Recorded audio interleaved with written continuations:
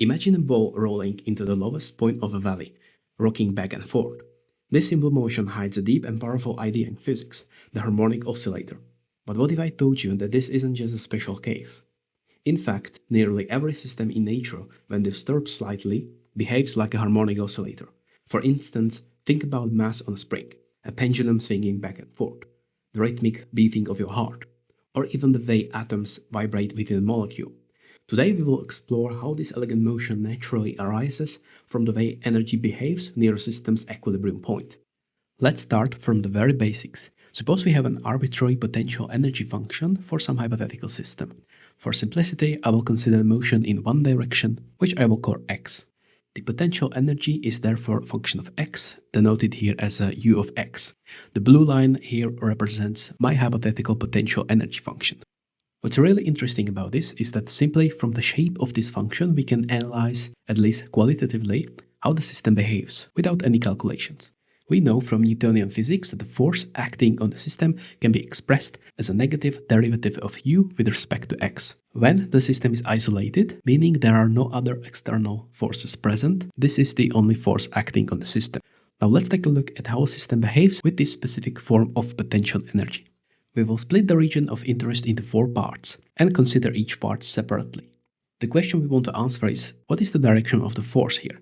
We can answer this by looking at the expression of the force I've written here.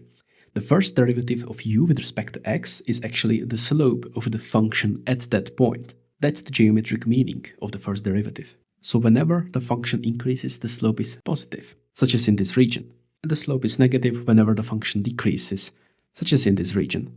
In the first region, the function is increasing, so the slope is positive, and because of the minus sign, the force points into the negative x direction. The arrow here represents schematically only the direction of the force in this region. The magnitude is changing, but not the direction. In the second region, the function is decreasing, so the slope is negative, and because of the minus sign, the force points into the positive x direction. In the third and final region, we can easily deduce the direction of the force using similar reasoning. Now we can clearly see that the direction of the force depends on the position x in the field. The dashed line here marks the special points where the direction of the force flips. At these points, the first derivative of the potential energy with respect to x is 0. And this happens where the potential energy function reaches either minimum or maximum. We actually call these points unstable equilibrium for maxima and stable equilibrium points for minima. The reasoning behind these names should be evident from the picture. When we are close to minimum, the force is always directed towards the equilibrium position. So regions close to the minimum of the potential function are attractive. When the system is exactly at the equilibrium position, the force is 0, and the system stays there indefinitely. If the system is slightly disturbed, the force tries to push it towards the equilibrium position. On the other hand, when we are close to the maximum of the potential energy function, we can see that the force is always directed away from the equilibrium position. In other words, this region is repulsive. If the system is exactly at the equilibrium position, the force is 0, and the system stays there indefinitely. But even a tiny displacement causes the system to move away, never to return. Alright, now that we understand how the system behaves in different regions based on the shape of the potential energy function, let's take a closer look at the stable equilibrium points and analyze how the system behaves near these minima. Let's take, for example, this minimum and call it x0. What we can do now is approximate the actual potential energy function, the blue line, with a different function that will be easier to manipulate. We can use a Taylor expansion for this. So here's Taylor expansion of the potential energy function around x0 up to the second order. This is the 0th order, first order, and the second order.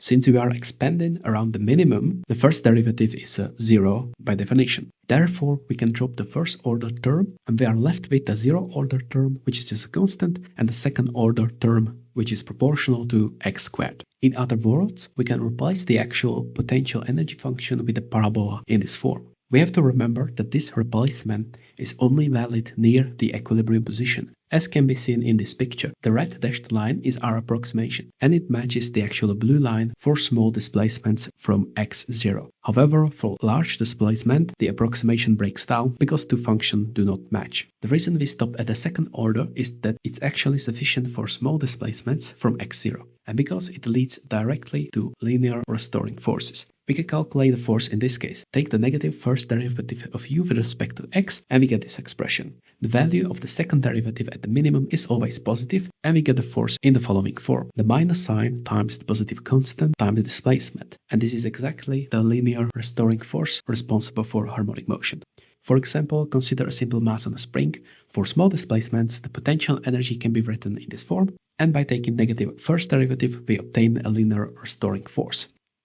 Let's summarize what we have learned so far. Harmonic motion arises naturally in physics whenever a system experiences a restoring force that pulls it back toward an equilibrium position. The reason harmonic motion is so universal is that most potential energy functions can be approximated as quadratic functions near their minimum. And this is true for any physical system, such as mass on a spring, a pendulum, atoms, molecules, whatever. A quadratic potential function leads directly to linear restoring forces, which in turn result in simple harmonic motion. However, we must remember that this behavior is only an approximation and is valid under certain conditions. The key condition is that the displacement from equilibrium must remain small. Mathematically, this means that we can replace the actual potential energy function with a parabolic function by performing Taylor expansion and truncating it after a second-order term. But what happens when the displacement becomes large enough that the harmonic approximation is no longer valid? In that case, we need to include higher-order terms in the Taylor expansion. These higher-order terms lead to anharmonic motion or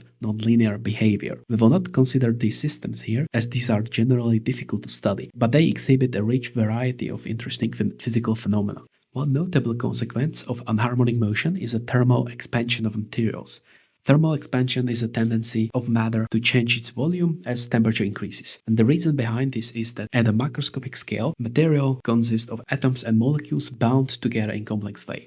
These atoms and molecules vibrate around their equilibrium positions, and they can be thought of as a tiny coupled oscillators. At low temperatures, the displacement of atoms from their equilibrium position is small, and they behave like tiny harmonic oscillators. However, as the temperature increases, the atoms vibrate more violently, and their displacements become large enough that the harmonic approximation breaks down, and anharmonic nonlinear terms become significant. It turns out that this anharmonicity at the microscopic scale is what leads to thermal expansion at the macroscopic scale. Alright, in conclusion, let's take a look at how the harmonic approximation works in practice. We will consider what is perhaps the simplest example of a nonlinear oscillator, the mathematical pendulum. It's actually a common misconception to think that a mathematical pendulum is a harmonic oscillator. In reality, the true equation of motion for a pendulum is nonlinear. However, for small angles, it behaves like a harmonic oscillator. So let's take a closer look. First, we need a potential energy function, and in this case, the potential energy comes from gravity. Our goal is to express the potential energy as a function of the angle theta. The angle theta is measured from the vertical line, which represents the equilibrium position. We set the reference point of the potential energy to 0 at theta equals 0. In other words, we are measuring the potential energy relative to this point. The expression for potential energy in a uniform gravitational field is simpler. It is equal to the mass times the gravitational acceleration times the vertical height. Now we need to express the height in terms of angle theta. By looking at the diagram, we can see that the height can be written as the total length of the pendulum minus the vertical component of this length. The vertical component, which is denoted here as a L prime, the vertical component is found by multiplying the length of the pendulum by the cosine of theta. This gives us the potential energy as a function of theta. And this expression is valid not only for small angles, but also for large angles. The physically meaningful range of angles we consider here is from the minus 90 degree here to the plus 90 degree here. Now that we have calculated the potential energy function, we can determine the force acting on the mass. This is done by taking negative first derivative of u with respect to theta. From this, we see that the force is not linear, but instead depends on theta through sine function. To apply harmonic approximation, we use the Taylor expansion of a cosine function around 0. keeping terms up to the second order. This is the Taylor expansion. By replacing the cosine function with its Taylor expansion, we obtain a new expression for the potential energy. And this expression is a quadratic function of theta, which is characteristic of harmonic motion. In the graph, the blue line represents the actual potential energy function, which is valid for all angles. Dashed red line represents the harmonic approximation, which is valid only for small angles, in the places where the two functions are basically the same. By calculating the force from this approximated potential energy, we find that it also leads to linear restoring force, which is exactly what defines harmonic motion. Alright, I hope this video helped clarify how and why the harmonic approximation works. If you enjoyed it, don't forget to like, subscribe, and leave a comment with any question or thoughts. Thanks for watching and see you next time.